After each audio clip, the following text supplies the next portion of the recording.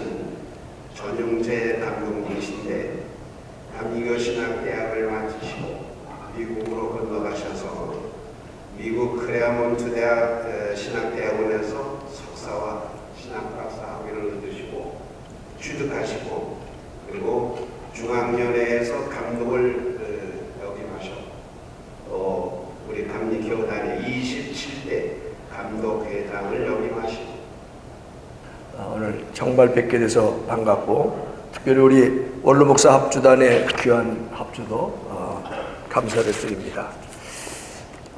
오늘 제가 이제 초청을 받고 부름받은 제목은 한국감리교회가 역사 속에서 어떤 일을 했느냐 하는 얘기인데 여기 와 보니까 이제 다음에 강사로 오시는 김낙한 목사님도 오시고 이 역사에 조예가 깊으신 선배님들이 많이 계셔서 저는 뭐 역사학자가 아니라 역사 얘기해봐야 새로울 것이 없는데 제가 이렇게 시작을 해보려고 그래요. 지금부터 4년 전 2015년 선교 130주년 행사를 제가 감독회장 때 치르게 됐습니다. 근데 제가 그때 130주년을 하면서 저도 신학교에서 뭐 감리교 역사를 배웠던 게 전부인데 감리교 역사를 좀 다시 봐야 되겠다 그렇게 생각하면서 찾다 보니까 이제 오늘 그 얘기를 이제 전반에 좀 할 텐데 1984년을 미국 감리교회와 우리 한국 감리교회가 선교 50주년으로 잡고 34년입니다. 선교 50주년으로 잡고 행사를 대대적으로 했던 기록이 나왔고 여기 지금 여러분이 앉아 계신 이 중앙교회가 워낙은 가우처 예배당인데 그게 미국 감리교회하고 한국 감리교 선교 50주년을 기념하여 예배당을 하나 세우자 하고 세운 게 이 중앙교회 가우처 예배당이에요. 그러면 선교 130주년이 2015년이 아니라 2014년이에요. 무슨 얘기인지 이해가 되시겠죠? 그래서 제가 감리교 선교 역사를 다시 공부를 그때 하게 된 겁니다. 2015년에 이제 아래에 있는 스태프들에게도 130주년 준비하면서 공부 좀 하라 그러고 저도 책을 읽기를 시작을 하면서 그때 제가 혹시 2015년 선교 130주년 행사를 기억하고 계시는 목사님들이 계실지 몰라도 130주년이 2015년이 아니에요. 워낙 131주년입니다. 2015년은. 그래서 제가 부랴부랴 갖다 붙인 게 뭐냐면 내한, 우리나라에 온 내한 정주, 우리나라에 와서 살면서 선교를 시작한 게 130주년이고 2015년은 워낙 감리교 선교가 시작된 게 그 해는 131주년이다 하는 얘기를 하면서 글도 쓰고 책을 시작했더니 장로교회 지금은 내가 이름은 모르겠는데 미국에 있는 장로교회 옥무순 교수라고 하는 역사 교수래요. 감리교가 역사 부풀리게 한다. 그리고 비난하는 글을 써서 댓글을 달을까 그러다가 우리가 그냥 짖는 사람은 짖게 놔두자 그러면서 옛말에 개는 짖어도 기차는 간다. 우리 감리교회는 131주년이다. 2015년을 기준하는 거예요. 왜냐하면 아까 얘기했던 1934년 6월 30일 미국 감리교하고 조선 감리교가 우리들의 선배들이 지금부터 약 80년 전에 1934년에 선교 50주년 기념 행사를 했단 말이에요. 그럼 도대체 어떻게 된 거냐? 그리고 그 선교 50주년 한국의 조선의 선교가 시작된 50주년을 기념하면서 기념예배당을 짓자 그래서 그때 조선 감리교가 여기저기서 헌금을 해서 세워진 게 지금 여러분이 예배드리고 있는 이 중앙예배당의 전신인 가우처 예배, 요 뒤에 있는 빨간 벽돌 예배당이에요. 그게 역사예요. 그래서 제가 역사를 제대로 세워놔야 되겠다. 그리고 마음을 먹고 책을 쓴 것이 대한민국을 세운 위대한 감독. 한 장만 넘겨주시면 좋겠어요. 네. 아니, 그 지도 있는 거 하나 있었는데 없었나?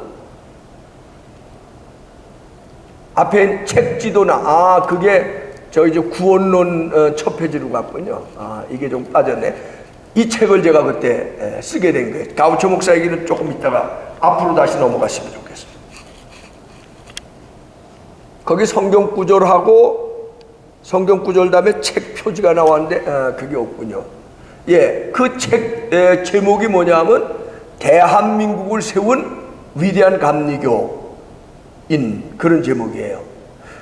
감리교회가 우리나라의 초기에 들어와서 끼친 영향력에 대해서는 대부분 다 알고 계십니다. 오늘 그 얘기를 깊이 반복할 수는 없어요. 다 알고 계시는 거예요. 근데 제가 이 책을 엮으면서 선교 130주년을 준비하면서 제가 공부를 다시 하다가 어느 날 제가 제 무릎을 쳤습니다. 감리교회가 그때로 말하면 130 아니면 131년 전에 들어와서 감리교회를 세운 것으로 끝난 게 아니라 오늘의 대한민국을 세웠다. 역사를 그런 관점에서 본 거예요. 감리교회가 오늘 우리가 살고 있는 대한민국의 기초를 놓은 교회다. 그런 쪽에서 우리의 역사를 다시 풀어 쓴 겁니다. 물론 이건 제가 혼자 쓴 것이 아니고 여기 이제 다음 강의하는 우리 김낙한 목사도 여기 인물을 하나 골랐었고, 저는 초기 역사에 대해서 오늘 제가 말씀드리고 초기 역사에 대해서 쓰고, 그 다음에 왜 감리교회가 대한민국을 세웠냐, 이런 가설이 타당한 거냐. 심지어 제가 감독회장일 때 이 책을 쓰고 장로교 대표들 총회장들에게 이 책을 선물했더니 이 사람들이 책을 떡 받아들고, 아니 감리교회가 대한민국을 세웠어요?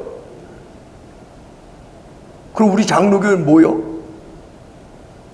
그래서 내가 감리교회가 대한민국을 세웠어요. 그런데 조금 더 넓게 말하면 장로교회도 대한민국을 세우는데 큰 공헌을 한 건 사실이에요. 그럼 우리도 이 책 써야 되겠네. 그래서 내가 원하는 게 그겁니다. 감리교회가 대한민국을 세웠다는 책을 내가 오늘 썼으니까 당신들은 대한민국을 세운 위대한 장로교회라는 책을 써도 나는 박수치지 이의를 달지 않겠습니다. 그 책이 나오면 3탄이 하나 나올 겁니다. 대한민국을 세운 위대한 한국교회라는 책을 내가 쓰려고 그럽니다. 근데 그 사람들이 아직도 2탄을 안 쓰고 있어요. 사실 오늘 제가 그 얘기부터 시작을 할 건데, 여긴 주로 이제 감리교 목사님들이시니까 장로교 쪽에 가면 장로교회가 자기네가 장자교단이라 그래요. 장로교회가 장자교단입니까? 우리 목사님들 평생을 감리교회에서 목회하셨지만 별로 말씀 안 하시네요. 마이크를 안 들여서 말씀 안 하시나요? 장자교단을 엄밀하게 말하면 1884년 6월 30일을 선교 기점으로 봤기 때문에 1934년 6월 30일이 선교 50주년이라고요. 그럼 감리교회가 먼저입니다. 사실은 장자 논쟁은 별로 의미 있는 건 아닙니다. 도토리 키재기 같은 거 갖고 누가 장자냐 따지고 감리교회가 먼저 했다, 그건 뭐 별로 그렇게 자랑스러운 논쟁은 아닙니다만은 사실은 알고 해야 돼. 사실은 알고. 장로교회가 장자교단이라고 하는 이유가 크게 두 가지입니다. 장로교회가 장자교단이라는 이유는 사실은 한국 선교 역사에 대한 책을 제일 먼저 쓴 사람 백낙준 박사 장로교회예요. 그리고 그 뒤를 이어서 민경배 박사 장로교회예요. 그래서 그들이 장로교 위주로 책을 썼어요. 그러나 그들이 얘기한 한국교회는 장로교회가 먼저 시작한 장자교회라고 하는 것은 사실은 틀린 얘기입니다. 감리교회가 그런 역사를 바로 잡아본 적이 없어요. 제가 그 이유를 설명을 할게요. 1885년 4월 5일 아펜젤라하고 감리교 아펜젤라하고 장로교 언더우드가 같이 내렸죠. 우리는 흔히 그런 농담은 또 많이 합니다. 인천 앞바다에 큰 배가 정박하고 그 다음에 거룻배로 이제 인천으로 오는데 미국 사람들은 여자가 먼저 타요, 남자가 먼저 타요? 차를 타든 기차를 타든 비행기를 타든 레이디 퍼스트죠. 그래서 저도 그 얘기는 젊어서부터 들었어요. 그래서 감리교가 한 발 먼저 왔다. 근데 그건 별 도움이 안 되는 우스개지, 그거는 별 도움이 안 되는 겁니다. 사실은 아펜젤라 부인이 먼저 내렸고, 그 다음에 아펜젤라 내렸고, 언더우드는 싱글이었기 때문에 그 다음에 거룻배 내렸고, 거룻배가 인천 부두에 도착했을 때도 아펜젤라 부인이 레이디 퍼스트, 그리고 아펜젤라, 그리고 언더우드가 내렸을 거라고 하는 건 뭐 미루어 짐작해서는 타당한 거지만 역사적인 근거도 별로 없고, 또 그렇게 한 발 먼저 내딛었다고 감리교가 장자라고 얘기하는 것은 그냥 우스개죠. 실제로 우리가 아는 김에 조금 더 알아야 될 건, 그렇게 인천에 내렸는데, 제물포에 내렸는데 언더우드는 그날로 서울 들어옵니다. 총각 혼자였기 때문에. 그런데 아펜젤라도 서울로 들어오고 싶었는데 미국 공사관에서 직원이 나와서 부인을 모시고 왔기 때문에 여자가 지금 경성에 들어가는 건 무지시국적으로 어렵습니다. 그래서 아펜젤라는, 언더우드는 먼저 경성에 들어왔는데 아펜젤라는 경성에 못 들어오고요, 제물포에서 일주일을 묵다가 상황이 개선되지 않아서 다시 배 타고 일본으로 갑니다. 그렇게 보면 감리교가 늦은 거죠, 사실. 왜? 아펜젤라는 1885년 4월 5일 날 제물포에 도착하고 그날로 바로 서울까지 왔는데, 같은 배를 타고 왔던 아펜젤라 내외는 일주일을 제물포에 있다가 일본으로 되돌아갔다가 그해 8월인가 돼서 다시 들어오니까 늦은 거죠. 그런데 우리가 이제 장로교에다 반론합니다. 85년 4월 5일 날 같은 날 들어와 놓고 왜 굳이 너희가 장자라 그러냐? 그럴 때 민경교 교수나 장로교 학자들이 제시하는 두 가지 이유가 있습니다. 첫째는 알렌이라는 의사가, 여러분 언제 들어오신지 알아요? 알렌이 언제 들어와? 장로교 선교사죠. 언제 들어왔어요? 1884년 아펜젤라 언더우드가 도착하기 5개월 전에 12월에 중국에 있다가 조선에 들어옵니다. 근데 여기에 대해서 논란이 많아요. 왜 논란이 많냐? 1884년에 들어오기는 왔는데 그 알렌은 여기 들어올 때 장로교 선교사 자격으로 들어온 게 아닙니다. 이 알렌이 좀 괴팍한 사람이라 중국 가서 의료 선교를 하러 이제 미국 장로교에서 파송을 받아 중국에 갔는데 장로교 선교사들이 알렌을 인정을 안 해줘요. 그 알렌이 중국에서 의료 선교를 하는데 발붙일 데가 없습니다. 그래서 중국을 전전하고 있는데 어떤 친구가 알렌에게 이렇게 얘기해요. 야, 너 중국에 발붙일 데가 없으면 잘 됐다. 조선하고 미국이 수교를 했는데 조선에 가서 너 의료 선교를 해보면 어떻겠냐? 그래서 알렌이 당시에 미국 조선공사였던 후투 장군에게 편지를 보내요. 내가 이마이마에서 중국 선교 의료 와 있는데 조선이 열렸다니 내가 조선에 가고 싶습니다. 나를 좀 조선에 불러주십시오. 그랬더니 후투 공사에게 편지가 왔는데 안 됩니다. 지금 조선은 선교사를 받아들일 여건이 안 됩니다. 그런데 알렌이 또 편지를 합니다. 다른 방법 없겠습니까? 그랬더니 미국 공사관에서 연락이 왔는데 당신이 꼭 들어오려면 미국 공사관의 의사 자격으로 와라.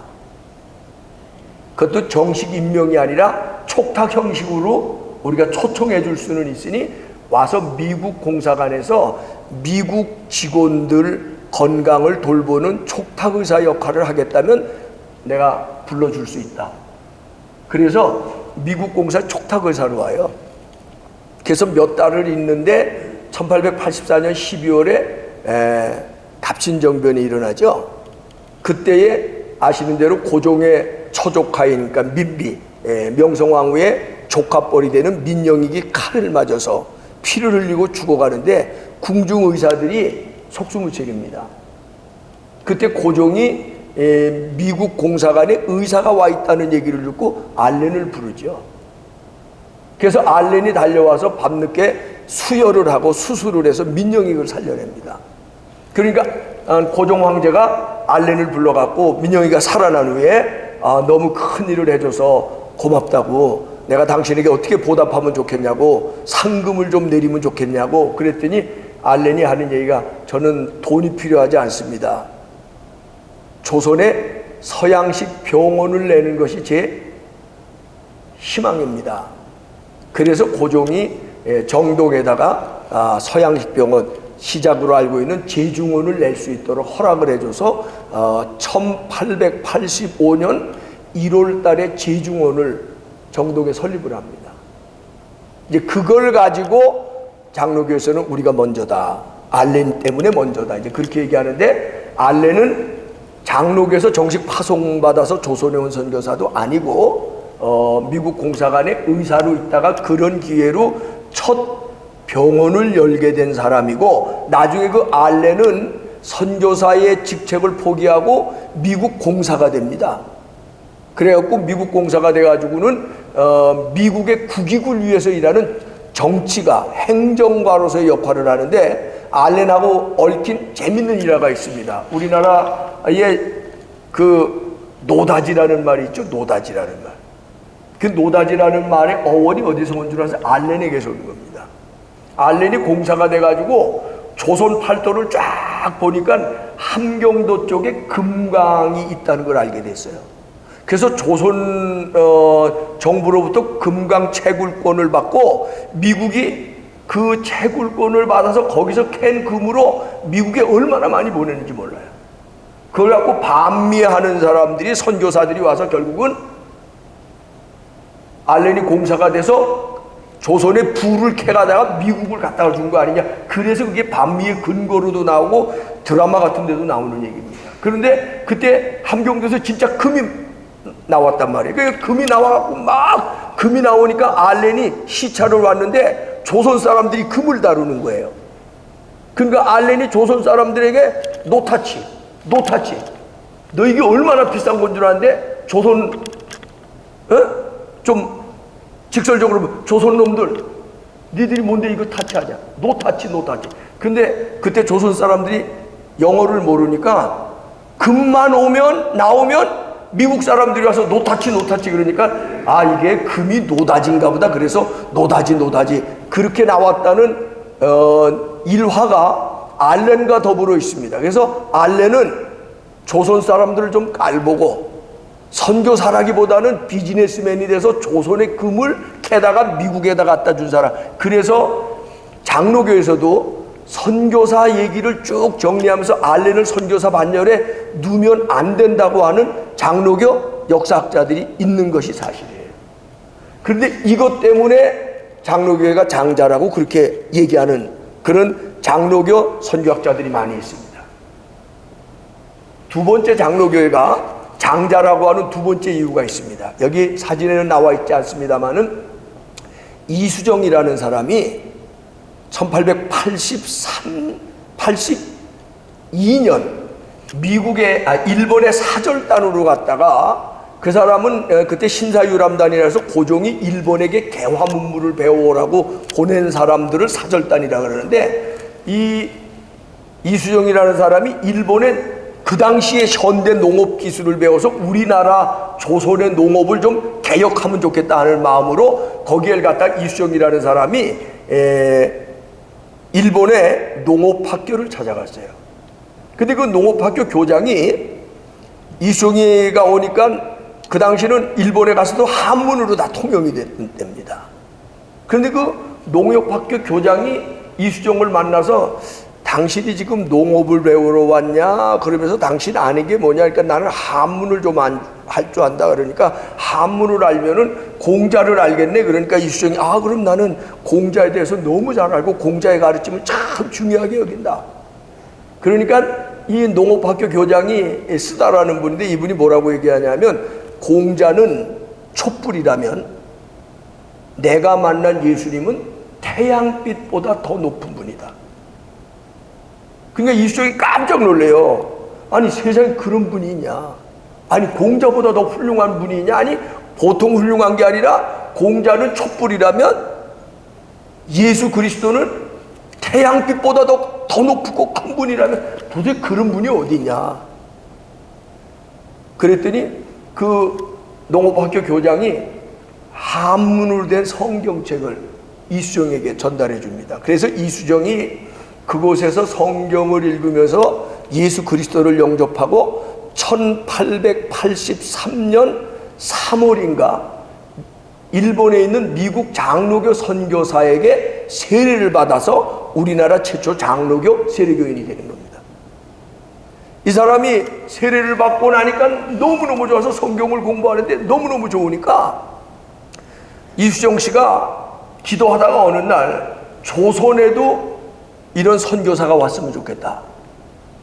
그러니까 일본에서 먼저 예수 믿었던 사람들이 이수정의 그 얘기를 듣고 걱정하지 마라. 우리가 선교하러 간다. 그러니까 이수정이 뭐라 그러냐면 조선하고 일본은 감정이 있어서 일본 사람이 선교하러 오면 조선 선교의 문이 닫힙니다. 반드시 미국에서 선교사가 와야 됩니다. 그리고 미국 장로교에다가 1883년 8월 달에 편지를 보내요. 조선의 선교사를 보내주십시오. 그런데 미국 장로교 선교부에서 그 편지를 그냥 봉해놓고 열지를 않습니다.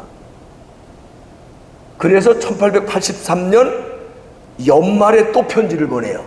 그게 그 당시 미국 장로교에서 운영하고 있던 미셔널이라고 하는 월드 미셔널이라고 하는 장로교 선교 잡지에 1883년 12월에 선교 편지가 실립니다. 그 편지를 보고 미국 장로교에서 조선 선교에 센세이션이 일어나기 시작해요. 그래서 들어온 사람이 언더우드입니다. 그래서 장로교에서는 이수정을 조선 선교의 마게도니아인이다. 그래서 이수정의 별명이 조선의 마게도니아인이에요. 와서 우리를 도와달라고 하는. 그 영향 때문에 장로교가 들어오고 감리교가 들어왔으니 장로교가 먼저다 그렇게 얘기하는 거예요. 근데 이건 틀렸습니다. 그 공로를 인정 안 하는 게 아니라 이수정의 그 선교 편지 때문에 미국의 장로교에도 바람이 일고 감리교에도 그 선교 잡지를 보고 영향을 받은 사람이 있는 거는 틀림없는 사실이고, 그러면서 이수정이 조선의 마게도니아인이라 칭함을 받을 정도의 놀라운 일을 했다는 것도 부인할 필요가 없습니다. 그런데 감리교 선교는 어떻게 시작했느냐? 이제 그 다음에 가우처를 좀 보여주시기 바랍니다.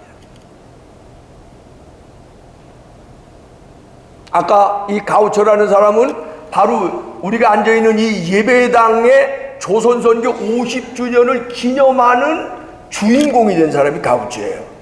이 가우처 얘기를 먼저 하면은 우리는 조선선교의 감리교의 조선선교의 아버지를 누구로 생각합니까? 아펜젤라로 생각하죠? 왜? 제일 먼저 발을 디뎠으니까.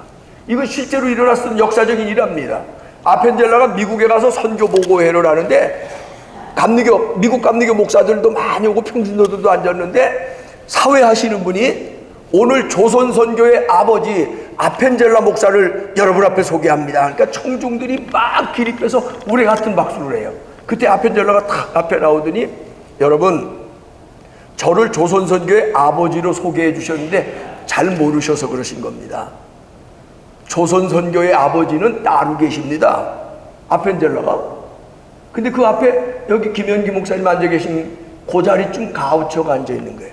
여러분 조선 선교의 진짜 아버지 짠 가우처 목사를 여러분에게 소개합니다.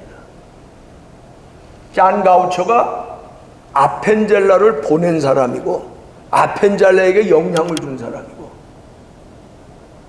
짠 가우처가 조선 선교를 조선 감리교 선교를 시작한 장본인이에요. 그게 이제 여기 사진에 도면에 나오죠? 여기 나오죠? 이분이 1884년 9월 미국 횡단 열차에서 민영익 견미 사절단 다 아시는 거라 이건 제가 간단하게 이렇게 지나가려고 그래요.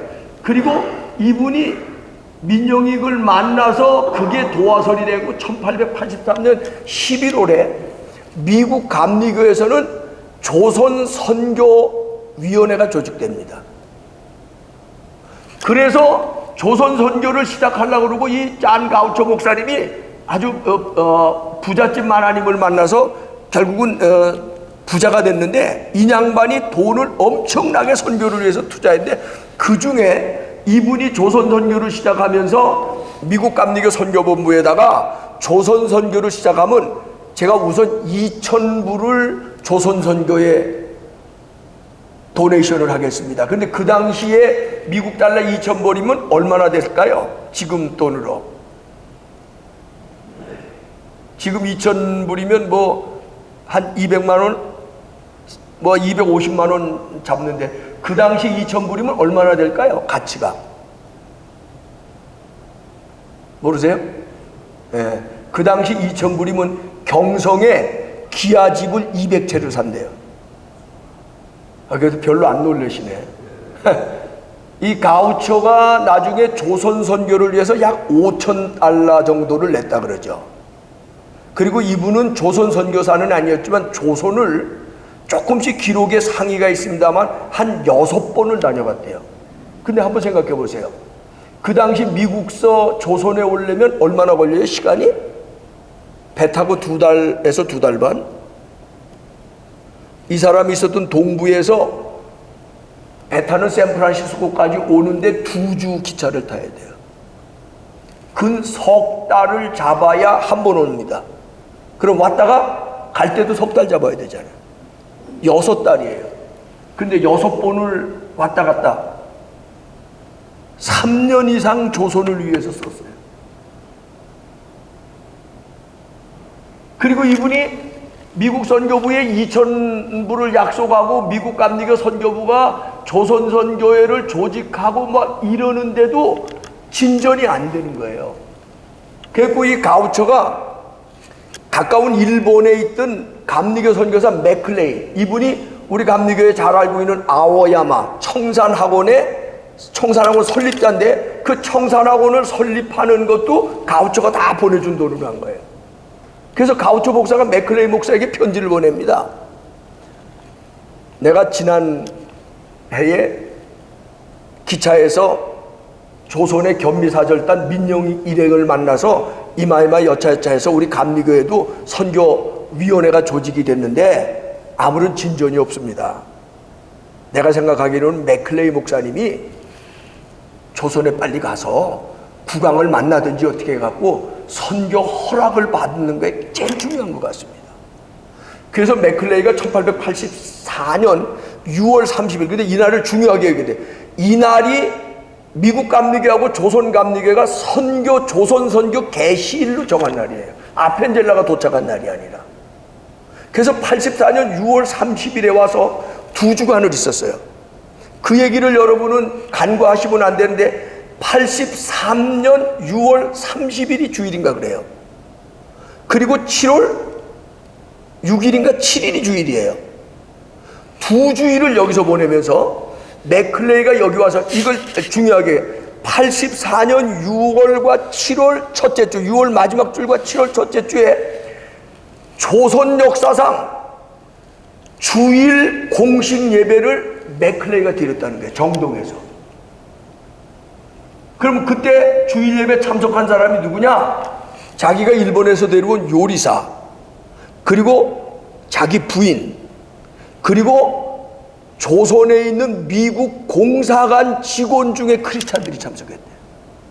그래서 1884년 6월 마지막 주일 감리교 장로교를 다 통틀어서 조선의 개신교 주일 예배를 공식적으로 목사가 집례해서 드린 것이 맥클레이입니다. 2주일을 드렸어요. 그리고 경성 시내를 나가서 가까운 남대문 시장터를 나가서 조선 사람을 만나보는데 전도하고 싶은 마음, 선교의 가능성을 타진하기 위해서 매일 비 오는 날 하루를 빼고 매일 나갔답니다. 보름을. 그리고 드디어 1884년, 그리고 이제 다 아시는 얘기긴 하지만 고종을 직접 맥클레이가 만난 건 아니랍니다. 김옥균을 통해서, 그는 일본에서 맥클레이가 조선의 관리들에게 영어를 가르치다가 김옥균을 알게 됐는데, 김옥균이 그때 외부 대신이에요. 김옥균을 통해서 고종 황제에게 요즘으로 말하면 청원서를 낸 겁니다. 우리 감리교에서 의사하고 교사를 보내줄 테니 학교하고 병원을 하는 선교를 시작할 수 있도록 윤호해 주십시오. 그런데 고종이 그때 얼마나 갈등 속에 있는 줄 아시죠? 자기 아버지 대원군은 쇄국정책을 했단 말이에요. 그걸 지금 열어야 돼요. 6월 달에 페티션을 받고 한 나흘을 고민하다가 1884년 7월 3일 어떤 역사책인 4일로 나와 있는데 그 얘기는 3일날 저녁에 고종이 감리교 선교사들을 받아들이는 윤호를 합니다. 이게 공식적인 선교 윤호입니다. 그리고 그게 7월 4일날 그 사실이 맥클레이에게 전해져요. 맥클레이가 경성에 머물면서 고종 황제의 윤호를 받아들고 그날 밤 일기를 썼어요. 역사의 도도한 강물은 여호와의 손에 달려있다. 하나님께서 역사의 물꼬를 조선을 향해 열으셨으니 누구도 이 흘러가는 물을 거스릴 수 없도다. 조선 선교의 시작을 알리는 일기입니다. 그래서 미국 감리교 선교부에서는 1884년 맥클레이가 들어온 6월 30일을 조선 선교의 개시일로 여깁니다. 그리고 맥클레이에게 조금 더 맥클레이는 일본 선교사, 중국 선교사로 왔다 일본 선교사를 하고 몇 년 후에 미국으로 들어가서 지금 클레어몬트 신학대학을 시작한 분이 맥클레이 선교사의 형님입니다. 클레어몬트 신학대학을 도와주다가 거기서 세상을 마치는데 그 맥클레이 선교사의 무덤이 지금 미국 LA 지역에 있어요. 그 선교사의 무덤에 가면 맥클레이 선교사의 양력을 어떻게 썼냐면은 어디서 태어나서 뭐 몇 년에 미국 연회에서 목사 안수를 받고 그 다음에 몇 년부터 몇 년까지 중국 선교사, 몇 년부터 몇 년까지 일본 선교사, 1884년 6월부터 조선 선교사라고 자기네가 스스로 기록하고 있어요. 그래서 이 땅에 와서 정주한 선교사는 처음에 아펜젤라지만 조선 선교를 계시한 사람은 맥클레이를 보는 거예요. 미국 감리교회는. 왜냐? 여기 또 다른 이유가 있어요. 맥클레이는 잠깐 2주 와서 최초의 조선의 주일 예배를 2번 드리고 조선 국왕의 허락을 받아갖고 그리고 나가서 장터에서 실제로 전도를 했고 그럼 돌아갔으면 그거 갖고 선교사라 그럴 수 있느냐? 아닙니다. 나중에 여러분 아시는 대로 감리교는 뭐가 되면은 제일 먼저 뭘 해요? 교회를 만들고 교회가 어디 소속해요? 지방에 소속하죠? 조선 선교 지방이 만들어졌는데 조선 선교 지방의 감리사가 누군지 아세요? 맥클레이입니다. 맥클레이가 일본에 돌아가서 조선 선교 지방의 감리사가 돼서 아시는 대로 아펜젤라가 일본에 들렸다가 오죠? 아펜젤라를 보내는 사람이 맥클레이입니다. 아펜젤라에게 선교 지침을 주는 사람이 맥클레이입니다. 아펜젤라가 선교 보고를 자기네 선교 무게도 하지만 맥클레이에게 보고합니다. 예산도 그쪽을 통해서 옵니다. 그래서 맥클레이는 일본에 있으면서도 조선 선교를 관할하는 자기가 조선 선교사로 스스로 그렇게 인식을 하는 거예요. 어쨌든 이 얘기를 더 깊게 할 수는 없고 그래서 미국 감리교회는 1884년 6월 30일을 조선 선교의 개시일로 집권 결정한 게 아니라 1930년대에 이미 결정했다니까. 이게 역사입니다. 그런데 우리는 그 역사를 잊어버렸어요. 그래서 2015년에 130주년을 한다 그러길래 제가 이걸 찾아내고 131주년이다 그랬더니 미국에 있는 장로교 역사학자 옥무순 교수라는 사람이 감리교회가 역사 부풀리기를 한다 이렇게 보면 감리교회가 먼저 한 거예요. 자, 논란의 여지가 있다고 생각을 하겠습니다만은 이 얘기를 더 깊게 할 수는 없습니다. 제가 처음에 말씀드린 대로 감리교회가 장자냐 장로교회가 장자냐 하고 따지는 건 어린아이들 경쟁하는 것 같기 때문에 깊이 따질 거는 없지만, 그러나 적어도 역사적인 사실은 감리교 목사들이 정확하게 알아야 된다는 뜻에서 제가 이 얘기를 여기까지만 정리하도록 하겠습니다.